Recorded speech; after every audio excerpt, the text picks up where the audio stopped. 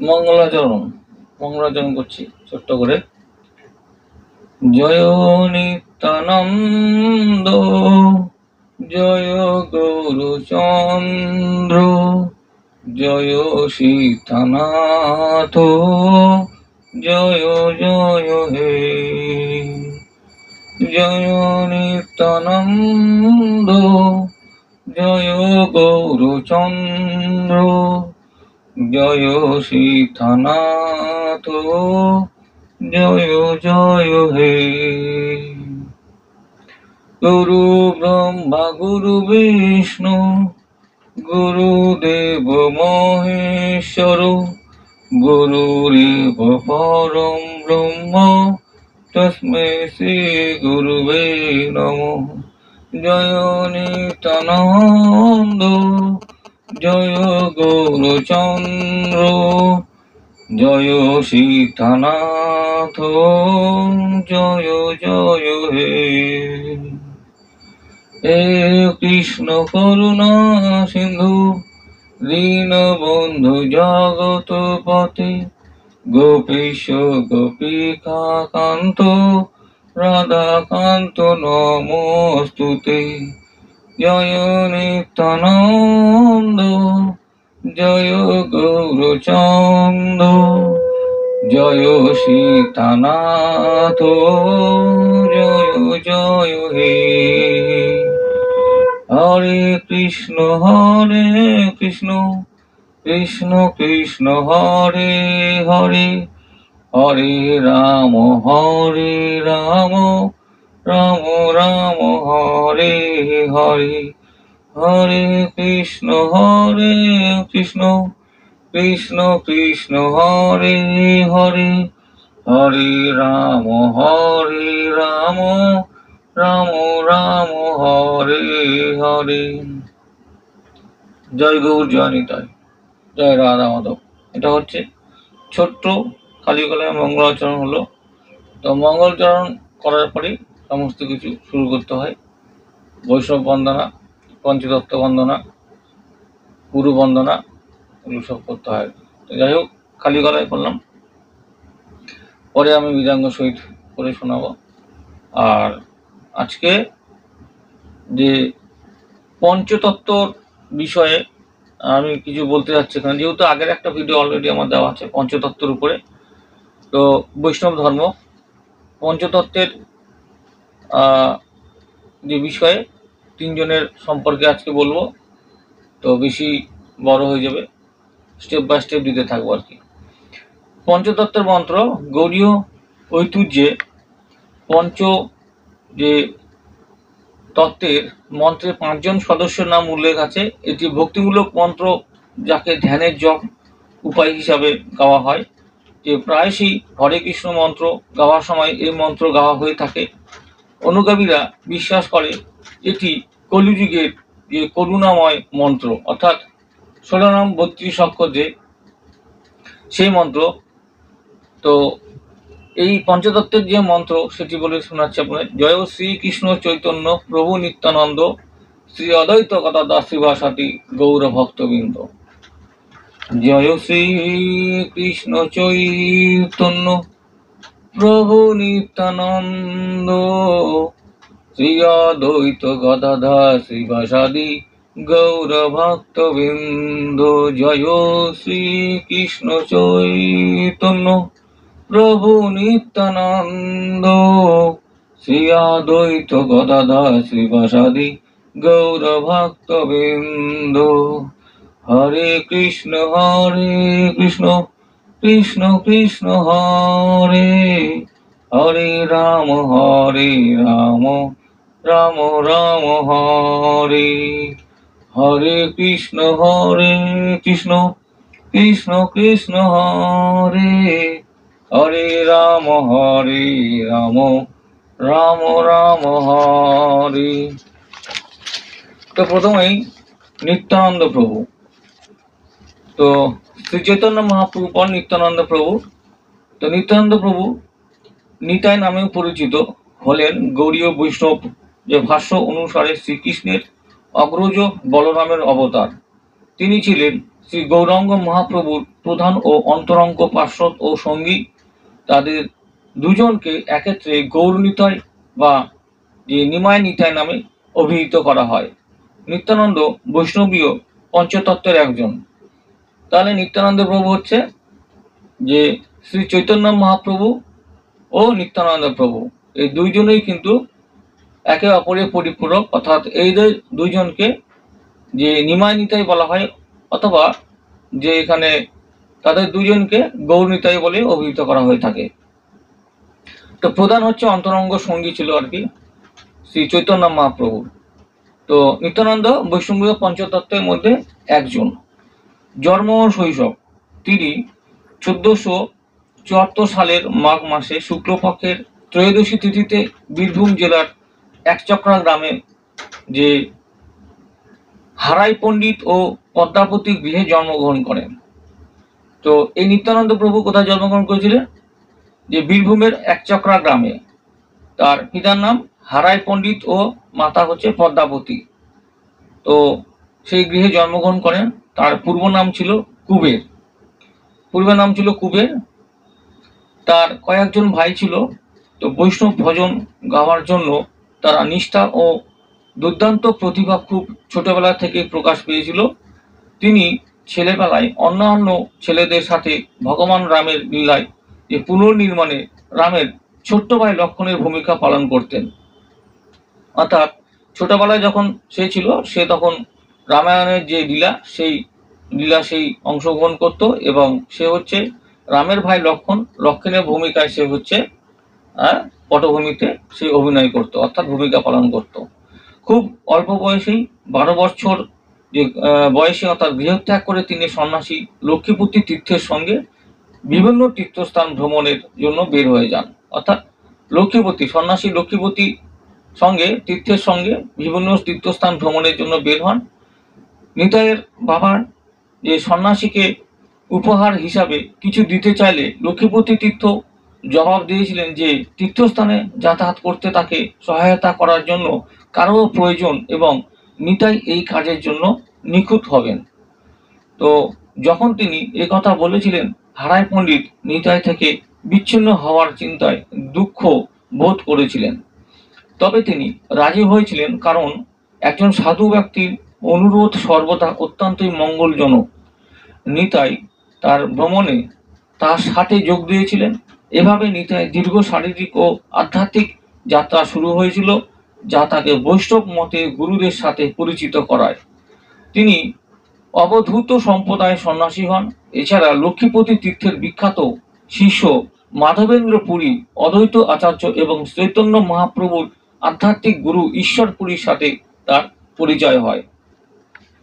অর্থাৎ এখানে কি, এছাড়াও লক্ষ্মীপতি তীর্থের বিখ্যাত শিষ্য, অর্থাৎ লক্ষ্মীপতির যে বিখ্যাত শিষ্য সে মাধবেন্দ্র পুরী, অদ্বৈত আচার্য এবং চৈতন্য মহাপ্রভুর যে আধ্যাত্মিক গুরু ঈশ্বর পুরীর সাথে তার পরিচয় হয় এই যে নিমাই পণ্ডিতের। অর্থাৎ বিয়ে ও বংশধর সম্পর্কে বলতে গেলে এতটুকু বলা যায় যে মহাপ্রভুর নির্দেশে সংসারে কৃষ্ণ নাম প্রচারের জন্য 1519 সালে বর্ধমান জেলার সূর্যদাস যে সরখেলের দুই কন্যা বসুদা ও জাহ্নবী দেবীর পরিগ্রহণ করেন নিত্যানন্দ।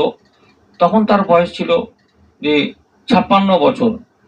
তারপর যে কুঞ্জ বাটিতেই যে বর্তমান খড়দহ সংসার যে প্রথম পক্ষের বসুদার গর্ভে একটি কন্যা গঙ্গা ও একটি পুত্র যে সন্তান অষ্টম বীরভদ্র গোস্বামীর জন্ম হয়। গঙ্গা মাতার সন্তান প্রেমানন্দ গোস্বামীর বংশধরগণ বর্তমানে বর্ধমান, বীরভূম, মুর্শিদাবাদ জেলার বিভিন্ন স্থানে অবস্থান করছেন। তন্মধ্যে কাটোয়া, খেরুয়া, পাতাইহাট এবং কালিকাপুর, যে চারগ্রাম, চারকলগ্রাম, মাঝিগ্রাম, ভাল্যগ্রাম, গাজীপুর এবং দাইহাট, কুড়ুই, আটঘরা, সোনারুন্দি ইত্যাদি স্থান উল্লেখযোগ্য। ইহারা গঙ্গা মাতার বংশধর। এনাদের সেবিতে যে ভ্রাম্যমান বিগ্রহ রাধা মাধব, রাধারানী, জগন্নাথ দেব পরে বীরভদ্রকে তার সৎ মা জাহ্নবী দেবী বৈষ্ণব আচারে যে দীক্ষা দিয়েছিলেন। যে ঝামটপুরের যদুনন্দন আচার্যের কন্যা শ্রীমতী ও নারায়ণীর সাথে বীরভদ্রের বিয়ে হয়। তাদেরও জাহ্নবী দেবী দীক্ষা দেন। জাহ্নবী দেবীর কোনো সন্তান না হয় তিনি যে বংশীবদনের পুত্র দত্তক নেন, যার নাম রামচন্দ্র গোস্বামী রামাই। এনার বংশধরেরা হলো খরদহের গোস্বামীরা, অর্থাৎ এনার যে বংশধর তারা হচ্ছে খরদহে অবস্থিত, এবং খরদহেই যে গোস্বামীরা তারাই হচ্ছে এদের এই রামচন্দ্র গোস্বামী যে রামাই এনার হচ্ছে বংশধর, খরদহে অবস্থিত। ধর্মীয় অবদান হিসাবে বলতে গেলে নবদ্বীপে গৌরাঙ্গ মহাপ্রভুর সঙ্গে সাক্ষাৎ হওয়ার পর উভয়ে মিলে কৃষ্ণ নাম হরিনাম প্রচার করেন। তাকে পরমেশ্বরের সর্বশ্রেষ্ঠ করুণাময় অবতার হিসাবে বিবেচনা করা হয়ে থাকে। নিত্যানন্দ বন্দনা গীতি নিতাই পদ কমল কোটি চন্দ্র সুশীতল যে ছায়ায় জগৎ উজড়ায় হেন নিতাই বিনে ভাই রাধাকৃষ্ণ পাইতে নাই দৃঢ় করি ধর নিতাই পাই। আজকের প্রচলিত গৌড়ীয় বৈষ্ণব মত মূলত তারাই প্রচারিত। তিনি সমাজের সব শ্রেণীর লোকের কাছে বৈষ্ণব মতকে জনপ্রিয় করে তোলেন। তিনিও তার সহচর দ্বাদশ গোপাল কৃষ্ণ নামে সবাইকে যে মাতোয়ারা করে তোলেন। নিজের শিষ্য বৃন্দাবন দাসকে তিনি চৈতন্য ভাগবত রচনা করতে অনুপ্রেরণা দিয়েছিলেন। নিত্যানন্দ প্রভু খরদহে যে দুর্গাপূজা শুরু করেন, তিনি কাত্যায়নী রূপে মা দুর্গার আরাধনা করেন। তার অনেক বংশধরের বাড়িতে আগে এই পূজা হতো, এখনও যে বড় বাড়ি এবং মেজ বাড়িতে এই পূজা হয়। এই পূজা শুরু হয় যে উল্টো রথের দিন। এইখানে মা দুর্গার দুপাশে জয়া বিজয়া থাকে। দেবীর বাহন সিংহের মুখ ঘোড়ার মতো। এখানে যে চাল কুমড়ো বলি দেওয়া হয়। নিত্যানন্দ প্রভুর 14তম বংশধর শরজেন্দ্র মোহন গোস্বামী আজও এই পূজা করে চলছেন, অর্থাৎ 14তম নিত্যানন্দ প্রভুর যে 14তম বংশধর এই শরজেন্দ্র মোহন গোস্বামী আজও এই পুজো করে চলছেন। এখনো এই পুজো চালু আছে সেই বংশে। প্রয়াণ 1540 সালে তিনি পরলোক গমন করেন। 1540 সালে তিনি পরলোক গমন করেছিলেন। তো অদ্বৈত আচার্য সম্পর্কে কিছু বলছি। অদ্বৈত আচার্য বা অদ্বৈত আচার্য গোস্বামী 1434 থেকে 1559 এ ছিলেন ভারতীয় উপমহাদেশের একজন বৈষ্ণব দার্শনিক এবং ধর্মবেত্তা। তার পিতৃ প্রদত্ত নামও ছিল যে কমলাক্ষ মিশ্র। পুরীর রথযাত্রায় লক্ষ লোকের সমাবেশে তিনি শ্রী চৈতন্যকে অবতার ঘোষণা করেন। অর্থাৎ এই যে পিতৃ প্রদত্ত নাম ছিল কি তার কমলাক্ষ মিত্র, একজন ছিল কি বৈষ্ণব দার্শনিক ছিল। তো পুরীর রথযাত্রার সময় লক্ষ লক্ষ লোকের সমাবেশের মধ্যে তিনি শ্রী চৈতন্য দেবকে অর্থাৎ তিনি শ্রী চৈতন্যকে অবতার ঘোষণা করেছিলেন এই কমলাক্ষ মিশ্র। জীবনী বলতে গেলে যে অদ্বৈত আচার্য বর্তমান বাংলাদেশের শ্রীহট্ট জেলার বর্তমান সিলেট জেলা নবগ্রাম এবং লৌর গ্রামের এক বরেন্দ্র ব্রাহ্মণ পরিবারে জন্ম নেন। জন্মের সময় তার পারিবারিক নাম ছিল কমলাক্ষ। জন্মের পর তার অনেকটাই সময় সিলেটেই কাটে। এরপর তিনি নদিয়া জেলার শান্তিপুরের যে গঙ্গা তটে বর্তমানে যে মতিগঞ্জ স্থানান্তরিত হন এবং সেখানে স্থায়ীভাবে বসবাস শুরু করেন। বৈষ্ণব দীক্ষার জগতে তার গুরু ছিলেন মাধবেন্দ্র পুরী। বৈষ্ণব দীক্ষার জগতে তার কে গুরু ছিলেন? মাধবেন্দ্র পুরী। দীক্ষা লাভের পর তিনি অদ্বৈত আচার্য উপাধি লাভ করেন। তার গুরু মাধবেন্দ্র পুরী চৈতন্য দেবেরও পরম গুরু ছিলেন। তো মাধবেন্দ্র পুরী ছিল, আবার চৈতন্য দেবেরও পরম গুরু ছিলেন। শ্রী চৈতন্যের আবির্ভাবের পূর্বেই অদ্বৈত আচার্য প্রসিদ্ধি লাভ করেছিলেন। নবদ্বীপের ভক্তদের জন্য তিনি একজন পথ প্রদর্শনকারী ছিলেন। বৈষ্ণব মতবাদে প্রবক্তা ছিলেন চৈতন্যদেব। বৈষ্ণব মতবাদে প্রবক্তা ছিলেন কে? চৈতন্যদেব। অদ্বৈত আচার্য নিত্যানন্দের সঙ্গী ছিলেন এবং এই মতবাদ প্রচারে আত্মমগ্ন হন। আনুষ্ঠানিকভাবে তিনি প্রথমবারের মতো নিমাইকে শ্রী গৌরাঙ্গ স্বয়ং ভগবান মানেন।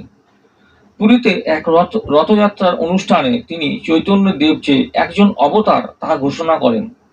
1513 খ্রিস্টাব্দে শ্রী চৈতন্য শান্তিপুরে আসলে তিনি বিদ্যাপতির পথ গেয়ে তাকে স্বাগত জানান।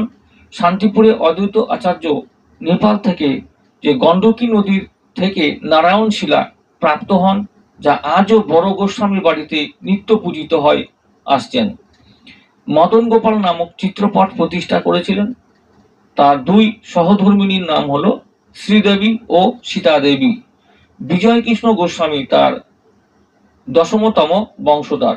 তাহলে কার? অদ্বৈত আচার্যের বিজয় কৃষ্ণ গোস্বামী তার হচ্ছে 10তম বংশধর।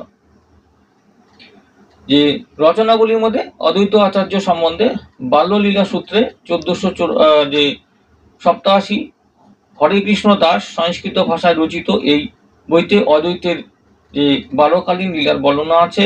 অদ্বৈত প্রকাশ এবং ঈশান নাগর বাংলা ভাষায় আছে। অদ্বৈত মঙ্গল হরিচরণ দাস বাংলা ভাষায়, অদ্বৈত মঙ্গল শ্যাম দাস বাংলা ভাষায় রচিত আছে। নবদ্বীপের সীতানাথ অদ্বৈত মন্দিরের অদ্বৈত আচার্য ও শ্রী সীতা দেবীর যে কাষ্ঠ নির্মিত বিগ্রহ আছে সেখানে। কমলাক্ষ ভট্টাচার্যের জন্ম। কমলাক্ষ ভট্টাচার্য আনুমানিক 1434 খ্রিস্টাব্দে নবগ্রাম শ্রীহস্ত, বর্তমানে যে তাহিরপুর, সিলেট, বাংলাদেশে। ধর্ম গৌড়ীয় বৈষ্ণব ধর্ম। পিতামাতা কুবের আচার্য পিতা, যে জন্য গৌড়ীয় বৈষ্ণব ধর্ম ও ভক্তিযোগের প্রসারণ। ভক্তিযোগ যে অচিত্ত ভেদ অভেদ। আর গুরু মাধবেন্দ্র পুরী ছিলেন সহযোগী। নিত্যানন্দ প্রভু, চৈতন্য মহাপ্রভু, গদাধর পণ্ডিত, শ্রীবাস ঠাকুর, হরিদাস ঠাকুর এবং অন্যান্য পার্শ্বদবৃন্দ ছিল। গদাধর পণ্ডিত।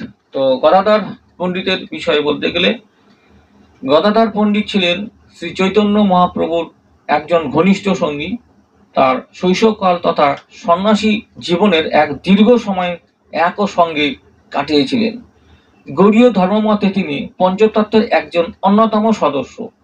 তাকে রাধারানী, ললিতা, গোপী বা এদের মিলিত অবতার হিসাবে মনে করা হয়। শীল পণ্ডিত গদাধর গোস্বামী। আবির্ভাব তিথি আনুমানিক 1487 সালে বৈশাখী অমাবস্যা তিথি। আবির্ভাব সময়কাল ছিল গৌরলীলা। আবির্ভাব স্থান চট্টগ্রাম জেলার যে আধুনিক বাংলাদেশ বেলেটি গ্রাম। পিতামাতা শ্রী মাধব মিশ্র, বৃষভানু ও রত্নাবতী দেবী বৃষভানু পত্নী যে কীর্তিদা রানী। ভ্রাতা জগন্নাথ ও বাণীনাথ নয়নানন্দ গোস্বামী ভ্রাতুষ্পুত্র, ভাইয়ের ছেলে। পিতা শ্রী গুরুদেব, পিতৃ শ্রী গুরুদেব শীল মাধবেন্দ্র পুরী, শ্রীপাদ লক্ষ্মীপতির প্রধান শিষ্য।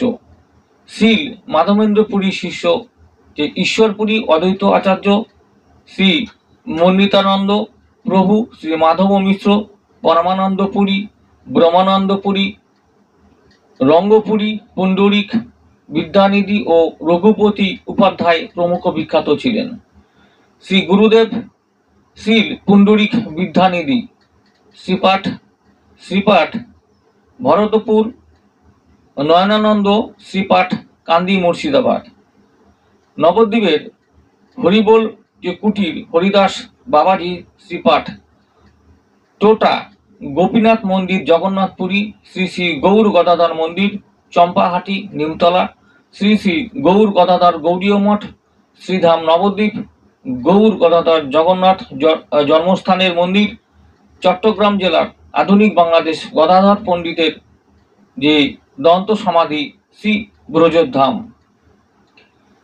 তো শ্রী পণ্ডিত গদাধর গোস্বামীর জন্ম আনুমানিক 1487 সালে বৈশাখী অমাবস্যা তিথি, চট্টগ্রাম জেলার আধুনিক বাংলাদেশ বেলেটি গ্রাম, মন্বন্তর শ্রীধাম নবদ্বীপ। তো অন্তর্ধান টোটা গোপীনাথ মন্দির পুরী, সঙ্গী শ্রী অদ্বৈত আচার্য শ্রী কৃষ্ণ চৈতন্য মহাপ্রভু, শ্রী নিত্যানন্দ প্রভু, শ্রীবাস ঠাকুর, মুকুন্দ দত্ত, হরিদাস ঠাকুর, রামানন্দ রায় এবং অন্যান্য পার্শ্ববৃন্দ। পিতা শ্রী মাধব মিশ্র বৃষভানু পিতা, মাতা রত্নাবতী দেবী বৃষভানু পত্নী যে কর্তিতা রানী মাতা। পরিবার জগন্নাথ ও বাণীনাথ নয়নানন্দ গোস্বামী ভ্রাতুষ্পুত্র, ভাইয়ের ছিল জগন্নাথ ও বাণীনাথ, যে নয়নানন্দ গোস্বামী ভ্রাতুষ্পুত্র। এই হচ্ছে যে গদাধর পণ্ডিত যে সম্পর্কে যতটুকু বলার পুঁথিগত দিক থেকে সেটা আমি জানালাম। তো এই হচ্ছে পঞ্চতত্ত্বের মধ্যে যে তিনজন বিশেষ, অর্থাৎ নিত্যানন্দ প্রভু, অদ্বৈত আচার্য এবং গদাধর পণ্ডিত, এই সম্পর্কে, এই তিনজন সম্পর্কে এই আজকের যে আলোচনা তার মাধ্যমে আমি বুঝিয়ে দিলাম, অর্থাৎ বিস্তারিতভাবে আলোচনা করলাম। আর যে প্রথম যে ভিডিওটি আমার দেওয়া ছিল সেটি হলো চৈতন্য দেবের, অর্থাৎ চৈতন্য মহাপ্রভু দেবের আত্মজীবনী সংক্ষেপে দেওয়া আছে, সেখানে সমস্ত বিষয়ে তথ্য আলোচনা করা আছে। হরে কৃষ্ণ, রাধে রাধে, জয় গো জয় নিতাই। তো আজকে যেহেতু পাণ্ডবা নির্জলা একাদশী 2024 সাল, তো আজকে এই অনুষ্ঠানের দিনে, অর্থাৎ এই বিশেষ দিনে আজকে আমি এই যে পঞ্চতত্ত্বের বিষয়ে কিছু আলোচনা করে আপনাদের সামনে উপস্থাপিত করলাম। তো অবশ্যই যদি ভালো লেগে থাকে অবশ্যই আপনারা চ্যানেলটিকে সাবস্ক্রাইব করবেন। আর যারা যারা এই ভক্তিমূলক অনুষ্ঠানগুলো দেখছেন তাদের অসংখ্য ধন্যবাদ জানাই, এবং এইভাবেই আমাদের সাথে জুড়ে থাকুন। হরে কৃষ্ণ, রাধে রাধে, জয় গৌ জয় নিতাই। পরবর্তী যে ভিডিওটি আসবে তার অপেক্ষায় আপনারা থাকুন, এবং আলোচনা নিয়ে আসবো, পাঠ আলোচনা, হরিকীর্তন এবং হরিবাসর যেগুলো নিয়ে আসবো সেগুলো পাবার অপেক্ষা আপনারা থাকুন। হরে কৃষ্ণ, রাধে রাধে, জয় গৌ জয় নিতাই।